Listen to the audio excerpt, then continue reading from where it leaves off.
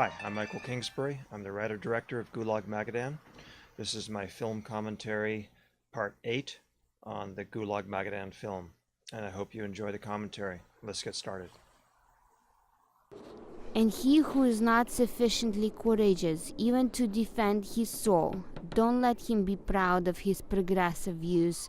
Don't let him boast he is an academician or people's artist, merited figure, or general.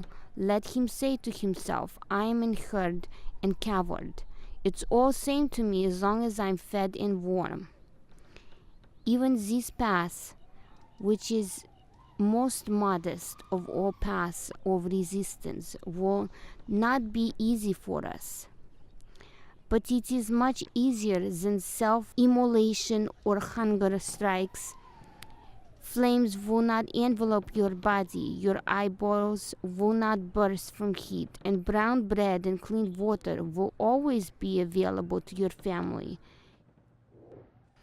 This is an important scene coming up in which the Gulag dissidents attempt to go in deeper into the reasons of why they were put into the Gulag, being that they supposedly already committed the crimes of, in Larissa's case, of insulting a commissar, and in Elizabetta's case of smuggling the Kurganov documents to the West. So they're trying to figure out why, the deeper reasons that they are in the Gulag. And it's the path that all dissidents, that we all go through. And we go through different layers of understanding, different layers of facts. And it's important, and I wanted to show this, that the dissidents talk to each other. They ask questions from each other. They learn from each other. And this is very important in terms of exploration and human understanding as a dissident, because we need to share what we know. And these dissidents ask each other, and they bounce ideas off each other. So this is an interesting scene. I believe this is the scene with Armand Hammer. And that's a biggie, because Armand Hammer actually was the financial conduit between New York and the USSR. Lenin introduced Armand Hammer to Stalin and told him this was the money guy to the West. And Armand Hammer, and this is well documented, ran Gulag asbestos mines in the Urals, which were horrific and killed tens of thousands, if not hundreds of thousands, through the most horrific lung cancer deaths imaginable. That was Armand Hammer. He was getting cheap asbestos through his Gulag camps. That capitalism was completely involved with USSR. It's a myth that it was a socialist workers' paradise. It wasn't. It was founded by New York City bankers, and Armand Hammer kept the money line going to the USSR for its entire span.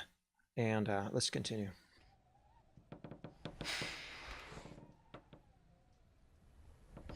But if it wasn't documents, then what? What other...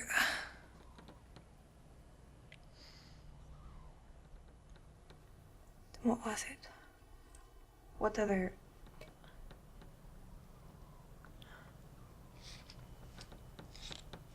I don't know. Something more important than documents.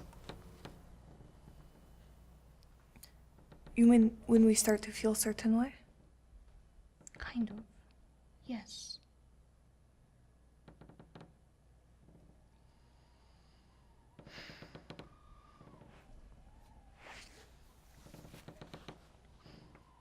I can't seem to figure it out.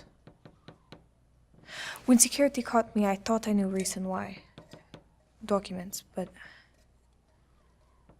no, it's something else.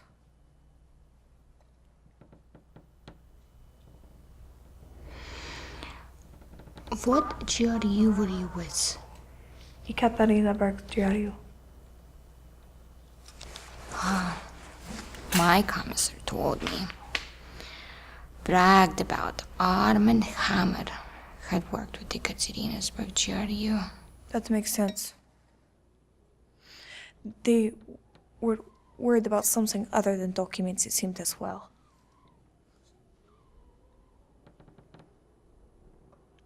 But I don't know what. I don't know.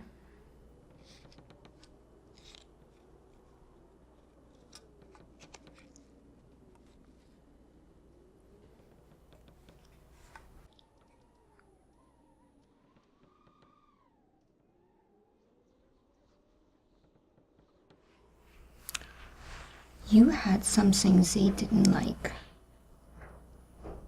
Yes.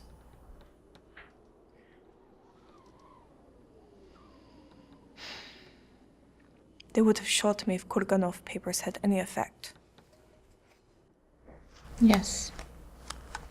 If we had committed crimes, we would have been shot.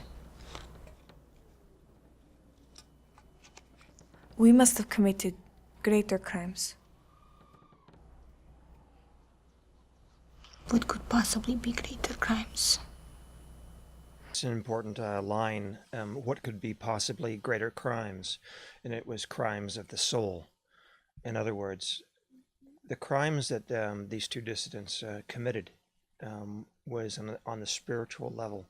It wasn't on a technical level. It was something that they had, some strength that they had in them, that was a crime against the Soviet state, a crime against the God of Marx. Crimes of the soul is what a lot of dissidents were put in the Gulag for, because they didn't, in their heart of hearts, they didn't worship Karl Marx as the God. And this is a key core element in a dissident, and it goes way down to the very bottom level of what makes a dissident, and that they have the integrity to have a soul.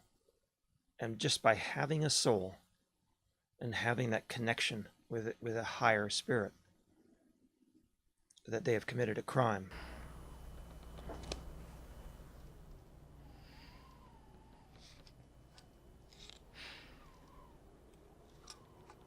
Crimes of soul?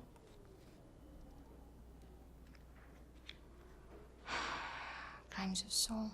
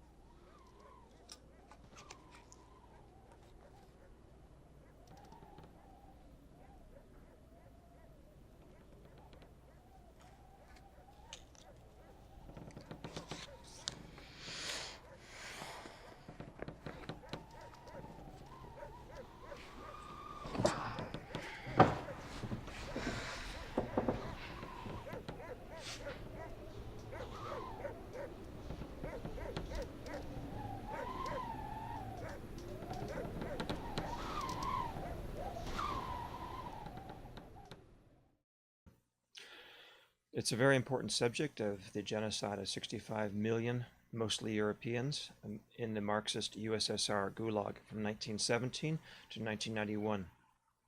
I'm Michael Kingsbury, and thank you for watching.